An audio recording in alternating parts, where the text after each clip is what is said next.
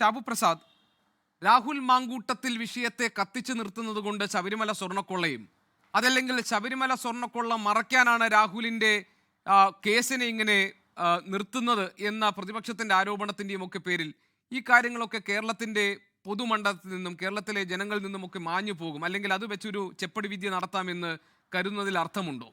രാഹുൽ മാങ്കൂട്ടത്തിലിനെ ബോധപൂർവം കേരളത്തിൽ അറസ്റ്റ് ചെയ്യാതിരിക്കുന്നു എന്ന ആക്ഷേപത്തോട് താങ്കൾക്ക് യോജിപ്പുണ്ടോ?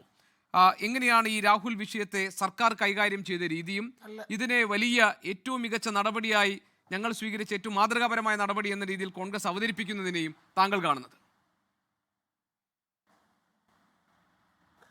നോക്കൂ ഗോപകൃഷ്ണൻ, ഇപ്പം സത്യം ആലോചിച്ച് നോക്കുക, രണ്ട് പ്രമുഖ CPM നേതാക്കൾ ആണ് ജയിലിലായിരിക്കുന്നത്. ജാമ്യം കിട്ടാതെ ജയിലിലായിരിക്കുന്ന സംഭവമാണ്. അത് ചെറിയ കാര്യമല്ല. ശബരിമലയിലെ സ്വർണം കൊള്ളയടിച്ച കേസാണ് സംഭവം. എത്ര വലുതാണെന്ന് നോക്കൂ. 100% സർക്കാർ പ്രതിരോധത്തിലായി, സർക്കാരും പാർട്ടിയും പ്രതിരോധത്തിലായിരുന്ന സമയം എനിക്ക് നേരിട്ടറിയാം. ഇവിടെ ഓരോ സ്ഥാനാർത്ഥികൾ, CPMൻ്റെ സ്ഥാനാർത്ഥികൾ വീട് കയറി ചെല്ലുന്ന സമയത്ത് ഇതാണ് ആൾക്കാർ ചോദിക്കുന്നത്.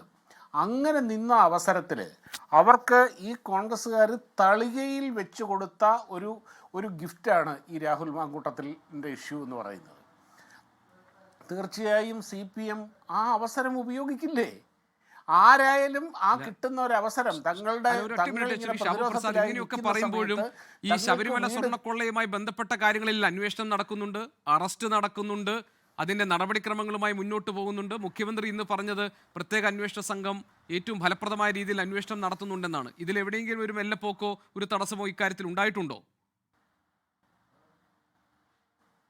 ഇല്ല. ഞാനതിന് ഇപ്പം SIT ഇപ്പം ചെയ്തുകൊണ്ടിരിക്കുന്നതിനെ പറ്റി ഒന്നും പറയുന്നില്ല. ഞാനതല്ല പറഞ്ഞത്. അതിൻ്റെ അകത്ത് പാർട്ടി പ്രതിരോധത്തിലായ സമയത്ത് അവർക്ക് അതിൽ നിന്ന് ജനശ്രദ്ധ തിരിച്ചുവിടാനും ചർച്ചാ വിഷയം മാറ്റാനും കിട്ടിയ വലിയൊരു അവസരമാണ്. നിങ്ങളൊന്ന് ഗോപകൃഷ്ണൻ ആലോചിച്ച് നോക്കൂ. എത്ര ദിവസമായി കേരളത്തിലെ മാധ്യമങ്ങളിൽ ഈ സമയത്ത്, ഈ തെരഞ്ഞെടുപ്പ് കാലത്ത്, തെരഞ്ഞെടുപ്പ് പ്രചരണം അതിൻ്റെ പീക്കിൽ നിൽക്കുമ്പോൾ കേരളത്തിലെ മാധ്യമങ്ങളും പൊതുസമൂഹവും ചർച്ച ചെയ്യുന്ന വിഷയം എന്താണ്? ആ വിഷയത്തിലേക്ക് എത്തിയത് ഇപ്പം CPMനെയും സർക്കാരിനെയും അതിന് സഹായിച്ചത് ഈ കോൺഗ്രസ്സാണ്. അതാണ് അതിൻ്റെ വാസ്തവം എന്ന് പറയുന്നത്.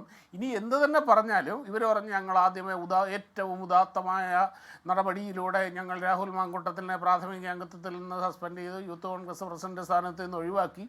പക്ഷേ വേറെ ചില യാഥാർത്ഥ്യങ്ങളും നമ്മുടെ കൺമുമ്പിലുണ്ട്. ഇങ്ങനെ ആയിരിക്കുമ്പോഴും പാലക്കാട്ടെ സ്ഥാനാർത്ഥി നിർണയത്തിൽ രാഹുൽ ഒരു പ്രധാന ഘടകമായിരുന്നു. രാഹുൽ അവിടെ പ്രചരണത്തിൽ സജീവമായിരുന്നു. അവിടെയുള്ള കോൺഗ്രസിൻ്റെ സംഘടനാ കാര്യങ്ങൾ മുഴുവനും തീരുമാനിക്കപ്പെട്ടത് രാഹുലിൽ കൂടെ ആയിരുന്നു. ഈ ആരോപണം ഇങ്ങനെ കത്തി നിൽക്കുന്ന സമയത്ത് പോലും ഇത്രയും ആയപ്പോൾ, ഇനി ഇത് കഴിഞ്ഞിട്ട് ആ സമയത്തും രാഹുലിൻ്റെ അടുത്ത അനുയായികൾക്ക് സീറ്റ് ലഭിക്കുന്നു. അത് കഴിഞ്ഞ് കോൺഗ്രസിലെ വനിതാ നേതാക്കന്മാർ ഇത്രയും കാലം തുടർച്ചയായി ആവശ്യപ്പെട്ടുകൊണ്ടിരിക്കുമ്പോഴും ഈ ഒരു കേസിൻ്റെ ചാർജ് ഷീറ്റ് കേസ് വരുന്നത് വരെ രാഹുൽ സജീവം തന്നെയായിരുന്നു എല്ലാ കാര്യങ്ങളിലും. ഇവരാരെയാണ് ഈ വിഡ്ഢികളാക്കുന്നത്? ഇതും പൊതുസമൂഹം കണ്ടുകൊണ്ടിരിക്കുകയാണ്. ഒടുവിൽ ജാമ്യാപേക്ഷ തള്ളുന്നത് വരെ ഇവർ കാത്തിരുന്നു ഇയാളെ ഇതിൽ നിന്ന് സാങ്കേതികമായിട്ടെങ്കിലും കോൺഗ്രസിൽ നിന്ന് പുറത്താക്കാൻ. അപ്പോഴേക്ക് ആ damage have been already been done. അതാണ് അത് ഇർറിപ്പയറബിളായി അത് സംഭവിച്ചു കഴിഞ്ഞു. ഇത്ര കനത്ത ഒരായുധം CPMൻ്റെ കയ്യിലേക്ക് കിട്ടുകയാണ്.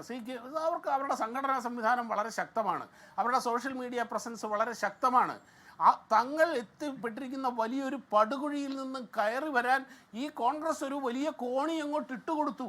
അവരതിൽ നിന്ന് രക്ഷപ്പെടാൻ ശ്രമിക്കുന്നു, രക്ഷപ്പെട്ടു എന്നുള്ളതൊരു യാഥാർത്ഥ്യമാണത്.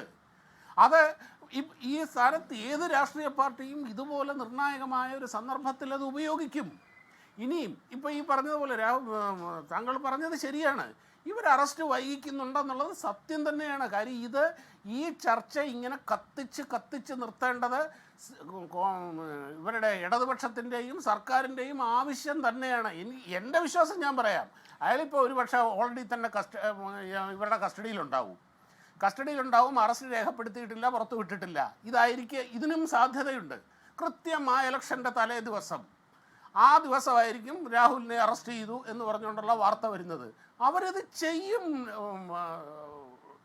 ഗോപികൃഷ്ണ, അത് ചെയ്യും. അതാണ് കാര്യം. രാഷ്ട്രീയം എന്ന് പറയുന്നത്, തെരഞ്ഞെടുപ്പ് എന്ന് പറയുന്നത് വലിയൊരു യുദ്ധമാണ്. ആ യുദ്ധത്തിൽ കിട്ടുന്ന എന്തിനാണ് ഇവർ ഈ പണി ചെയ്തത്? അതേസമയം അന്ന് ആരോപണം വന്ന് ഇവർ വലിയ ഉദാത്ത നടപടിയെടുത്തു. അന്ന് അവനെ കൊണ്ട് രാജിവെപ്പിക്കാമായിരുന്നല്ലോ ഇവർക്ക്. അന്ന് രാജിവെപ്പിച്ച് അന്ന് പുറത്താക്കിയിരുന്നെങ്കിൽ ഈ ഗതികെട്ട അവസ്ഥയിലേക്ക് ഈ കോൺഗ്രസ്, സത്യം പറഞ്ഞു കഴിഞ്ഞാൽ അവരുടെ മുമ്പിൽ UDFന്റെ കയ്യിൽ എന്ത് മികച്ച അവസരമാണ് ഉണ്ടായിരുന്നത്.